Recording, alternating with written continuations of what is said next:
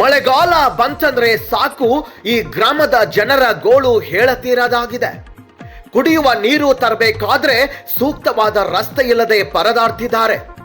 ಈಗ ಮೂಲಭೂತ ಸೌಕರ್ಯಗಳು ಇಲ್ಲದೆ ರೋಸಿ ಹೋದ ಗ್ರಾಮಸ್ಥರು ಪಂಚಾಯಿತಿ ಕಚೇರಿಗೆ ಕೀಲಿ ಹಾಕಿ ತಮ್ಮ ಆಕ್ರೋಶ ವ್ಯಕ್ತಪಡಿಸ್ತಾ ಇದ್ದಾರೆ. ಅಷ್ಟಕ್ಕೂ ಈ ಗ್ರಾಮ ಯಾವುದು ಅಂತೀರಾ? ಈ ಸ್ಟೋರಿ ನೋಡಿ.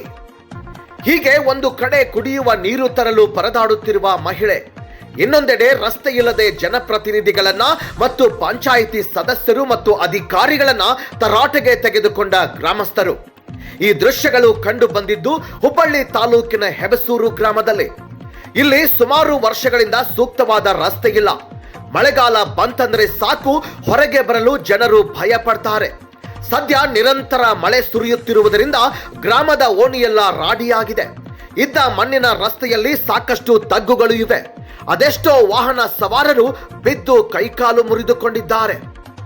ಈ ರಸ್ತೆ ಸಮಸ್ಯೆ ಬಗ್ಗೆ ಜನಪ್ರತಿನಿಧಿಗಳು ಮತ್ತು ಗ್ರಾಮದ ಪಂಚಾಯಿತಿ ಅಧ್ಯಕ್ಷ ಪ್ರವೀಣ್ ಹಲಗತ್ತಿ ಮತ್ತು ಇದೇ ವಾರ್ಡ್ ನಂಬರ್ 6 ಜನತಾ ಪ್ಲಾಟ್ಗೆ ಸಂಬಂಧಿಸಿದ 3 ಸದಸ್ಯರುಗಳನ್ನ ಮತ್ತು ಅಧಿಕಾರಿಗಳನ್ನ ಕೇಳಿದ್ರೆ ಯಾರು ಕೂಡ ಕ್ಯಾರೆ ಎನ್ನುತ್ತಿಲ್ಲವಂತೆ. ಅದಕ್ಕಾಗಿ ಇಂದು ಗ್ರಾಮಸ್ಥರು ಒಗ್ಗೂಡಿ ಗ್ರಾಮ ಪಂಚಾಯಿತಿಗೆ ಮುತ್ತಿಗೆ ಹಾಕಿ ಕಚೇರಿಗೆ ಕೀಲಿ ಹಾಕಿ ತಮ್ಮ ಆಕ್ರೋಶ ವ್ಯಕ್ತಪಡಿಸಿದ್ದಾರೆ.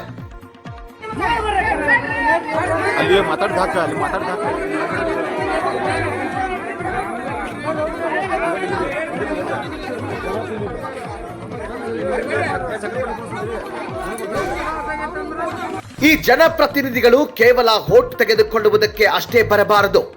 ಜನರ ಸಮಸ್ಯೆಗಳನ್ನ ಬಗೆಹರಿಸಬೇಕು.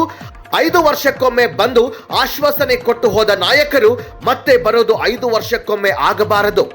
ಕೂಡಲೇ ಜನನಾಯಕರು ಈ ಹೆಬಸೂರು ಗ್ರಾಮದ ರಸ್ತೆ ಸಮಸ್ಯೆಯನ್ನ ಬಗೆಹರಿಸಿ ಇಡೀ ಗ್ರಾಮಸ್ಥರಿಗೆ ನೆಮ್ಮದಿ ಜೀವನ ಕಲ್ಪಿಸಬೇಕಾಗಿದೆ. ವರದಿ ಮೌನೇಶ್, TV20 ಕನ್ನಡ ನ್ಯೂಸ್, ಹುಬ್ಬಳ್ಳಿ.